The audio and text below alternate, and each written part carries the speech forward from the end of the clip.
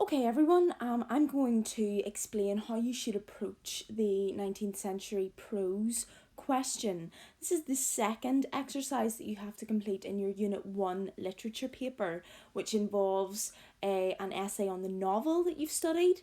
And then the second question is the unseen question, where you have quite a long extract from a 19th century novel. The extract will normally be about a page and a half of A4, and you will have 45 minutes to respond to the extract.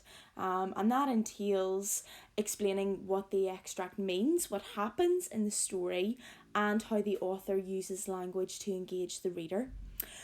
You should always have this set up at the beginning of the question. So it will always say you should spend 15 minutes reading the extract and 30 minutes writing your answer to the question. Show how the writer of the extract engages the reader. Those key terms will always be the same. And it says you may wish to consider the character's feelings and reactions or the writer's use of language, structure and form. Now, one thing that stands out to me there is this recommendation by Sia that you spend 15 minutes reading the extract. That seems like quite a long time. And you may be tempted to think, 5 minutes will do it, I'll read through, I'll just start writing. But actually learning the skill of annotating effectively is really, really important. That from the very first time you read that extract, you have your pen in hand and you are underlining quotations that stand out to you. You're writing sort of abbreviated notes around the side in order to guide your analysis. It's important that you don't just start writing your answer. This is a tricky question and you do need to spend time picking out the language devices that are the most important. You're not writing about language devices that are irrelevant or that don't engage the reader. You need to pick out those ones that you're able to explain in a really effective way and think about the vocabulary that you're using to do it. So the first thing I would say is I'm not going to use a highlighter in my annotation here. I'm going to just stick with my pen, because switching back and forward between a highlighter and a pen is a surefire way to waste time in an examination scenario. Stick with the pen. It's perfectly fine. Just this can be as messy as you need it to be, and you'll see by the end of this, mine is going to be quite messy. And it's just about extracting the key quotations and getting down some of your initial thoughts on what those quotations might mean. You should also have at the beginning of the question a bit in brackets, which we have right here. And this is to give you some context, where this extract is located in the novel, who the characters are, and this can give you just a way into the extract. Because remember, 19th century prose is written in quite complex English. The vocabulary is probably going to be quite foreign. It's going to be very formal in register. And therefore you need to take all the help that you can get in terms of understanding what's going on. So as you can see from this bit in brackets, it says, this extract is taken from the horror novel Dracula by Bram Stoker, written in 1897. Here, Dr. John Seward, Professor Van Helsing, Quincey Morris and Arthur Holmwood have just entered the tomb of Lucy Westenra, Arthur's fiancée. Lucy has recently died in unusual circumstances. One of the men, Professor Van Helsing, suspects that there is something sinister going on and consequently has called Seward, Morris and Holmwood to help him uncover the truth. The novel is written in a diary form and the following extract is told from the perspective of Dr. John Seward. Now, what's important to note is Dracula. Dracula is a story that is so well known. It's probably one of the best known 19th century texts. We just had the 2020 series of Dracula, which was really good if you haven't seen it. You have a number of depictions of Dracula in movies, and most of you should know that Dracula comes under the genre or the type of novel of Gothic horror, or even just horror would do, but Gothic horror is much more precise.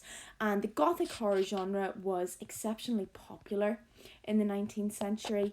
In fact, that's where it was kind of born. It was born in the 1800s. And therefore, that's just, there are no marks for context. But the more awareness you can show of 19th century prose and the forms that it often took, the better your analysis will be. Another thing that stands out to me here are the number of characters involved. We have 4 men and 1 woman who we're told has died. So that's very, very important. We're expecting a number of men to be facing this threat, and death is involved. So that's what we're learning from this. We're also told that the novel is predominantly written in diary form, and it's told from the perspective of Dr. John Seward, and therefore I'm guessing that this extract is going to be told in first person narrator. So I'll be expecting some sort of I voice in the extract, and all of that I've learned, and I haven't even actually started to read yet. So you can see how important it is just to take note of that introduction. See, I give it to you for a reason, so be sure to read it. Okay, we're now into the extract itself, and this is where our analysis can begin in earnest. Now, the first thing I would note, the extract begins, there was a long spell of silence, big, aching void, and then from the professor a keen sss. Now, one thing to note here is the focus initially on sound. So we have oral imagery in the opening, and this focus on the silence that we have. That silence is described using 3 adjectives. It's big, aching, and void. An aching silence and a void silence. It's all encompassing. And of course, 3 adjectives. We're thinking this is a tripartite list of adjectives which describe the silence as all-encompassing and overwhelming, which immediately establishes an eerie and unsettling atmosphere to the extract. The professor, of course, murmurs this s, which uses sibilants to further create that sense of unease and this sense of malevolence, that there is some sort of evil force at work. And that evil force is initially described as something quite ambiguous, something unknown. It's simply a white figure. So we have this ambiguous and unknown or mysterious threat, which is approaching, and it's approaching at moonlight. We're told the figure stopped, and at the moment a ray of moonlight fell upon the masses of driving clouds. And a little later that word moonlight is repeated again. So the repetition of moonlight creates a sense of an atmosphere of something that's difficult to see. So there's this sense of obscurity, which means it's difficult to make out. And also, as we know, most horror stories occur at night time, so therefore the setting is appropriate for horror.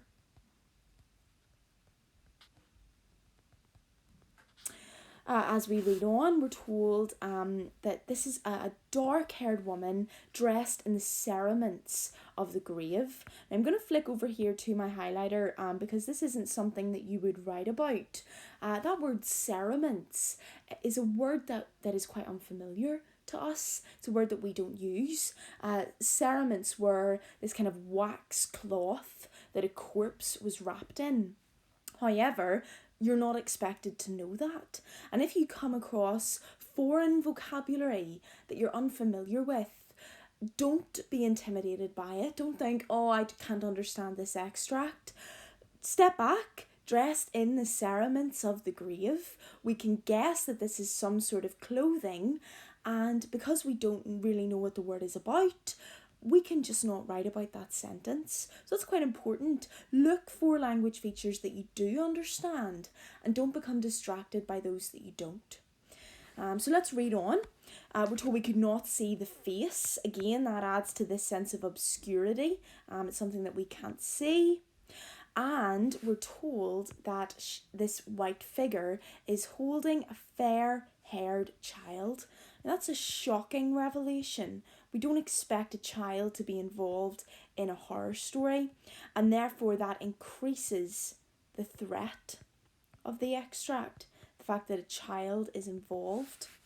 Again, from the child comes a sharp little cry, more oral imagery, and this time the oral imagery creates a sense of threat, a sense of terror, and a sense that something terrible is about to happen. You could argue there's foreshadowing in that sharp little cry.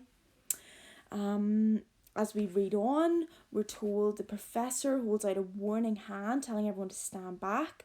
No language features being used there. This figure, was now near enough for us to see, and the moonlight still held. So there's that repetition of moonlight. My own heart, and there's our my. So you can see this is definitely first person. If we had started writing about the narrative voice from the opening, we may have been tempted to say that it was written in third person. So you can see you need to wait in order to determine accurately what the narrative voice is. We're told my own heart grew cold as ice, and there's a simile that we could write about. Cold as ice suggests this increasing terror and trepidation that our narrator feels as he encounters this unknown villain.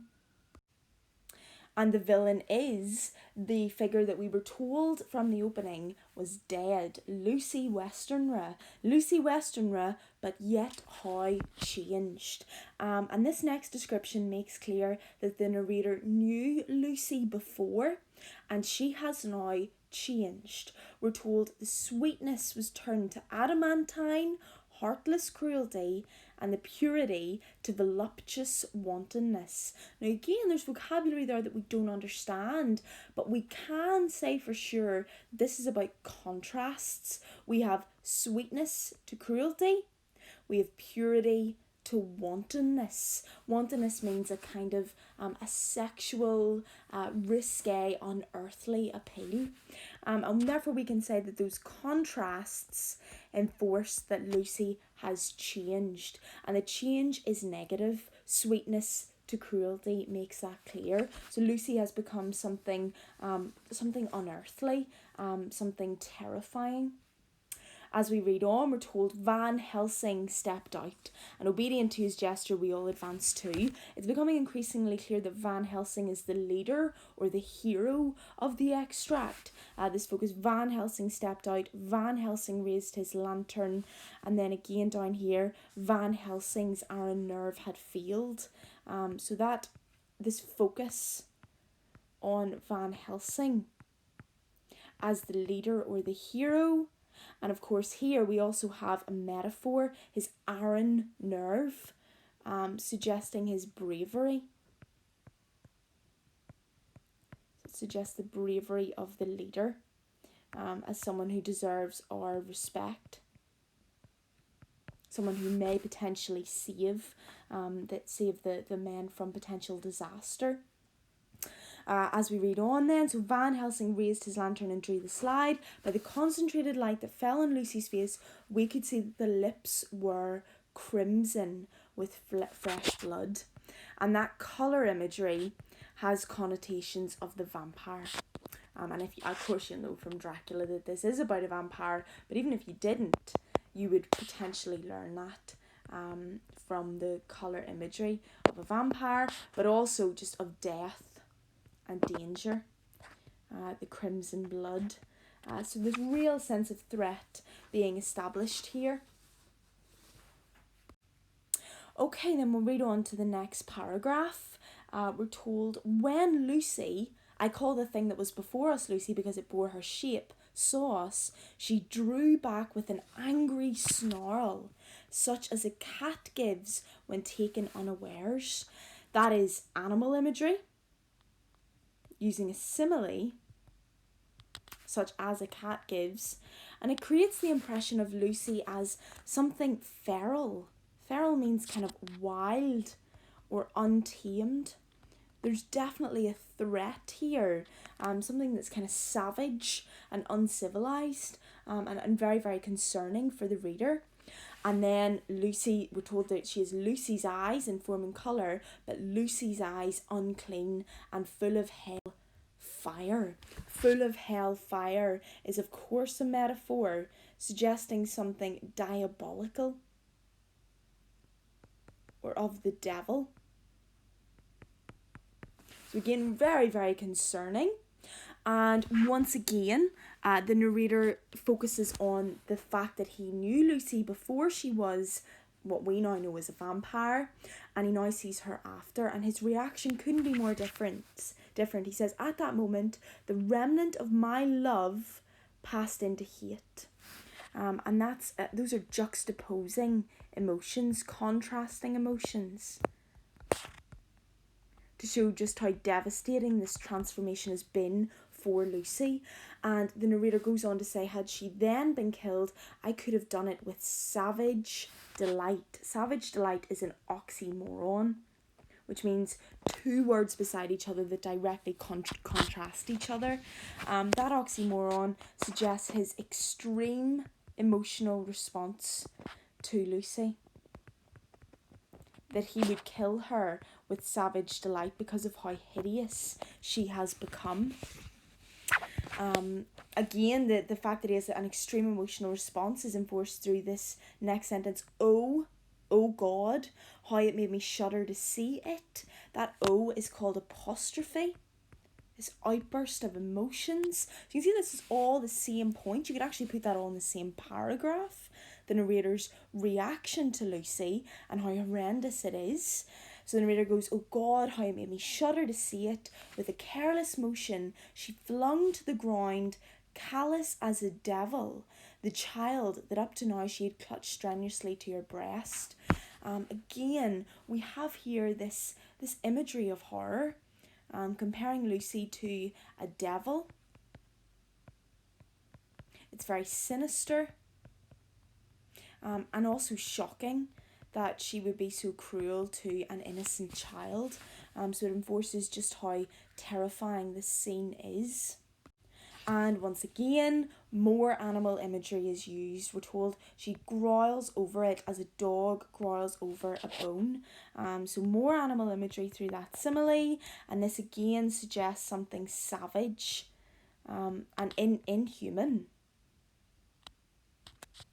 Lucy is no longer the beautiful woman that she once was. As we read on, we then have a slight shift. The focus shifts to Arthur.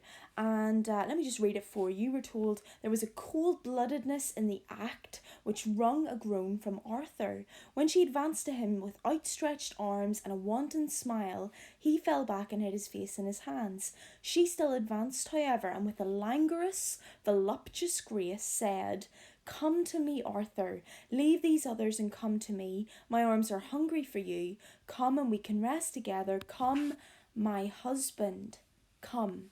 And there we have this, again, a shocking revelation that her husband has come to see her, and he is being faced with this terrifying scene that his beautiful wife has transformed into a hideous vampire who is enticing him to come towards her, no doubt with malicious intentions. You may also notice this is the main piece of spoken language or dialogue in the extract, and that dialogue is persuasive in tone, underlined through the repeated imperatives, come, come, come, come. So those repeated imperatives enforce that she wants Arthur to approach her. She's being very enticing and persuasive and alluring, no doubt wanting to take his blood. As we can see, Arthur is tempted by Lucy's words. As for Arthur, he seemed under a spell, moving his hands from his face.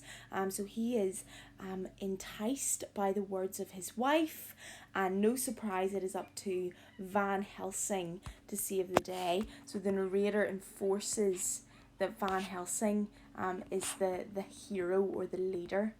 The heroism of Van Helsing. And he uses this religious symbol in order to defeat Lucy, the golden crucifix. So there we have religious symbolism, and of course that is often associated with vampires, along with garlic. So there we have these kind of cliches around the vampire story, which were invented by Stoker in Dracula. Now, this final paragraph describing Lucy is particularly grotesque. We're told about her distorted face. We're told about the baffled malice on her face. So here we have this emotive description connoting something utterly unappealing and horrifying. And the extract ends with these really disturbing similes, a very long sentence and disturbing similes. We're told the beautiful colour of her eyes became livid. The eyes seemed to throw out sparks of hell fire. Again, that image is repeated throughout the extract. The brows were wrinkled as though the folds of flesh were the coils of Medusa's snakes, and the lovely blood-stained mouth grew to an open square, as in passion masks. So here we have a long sentence. We have 3 similes, and all of them connote Lucy's grotesque appearance.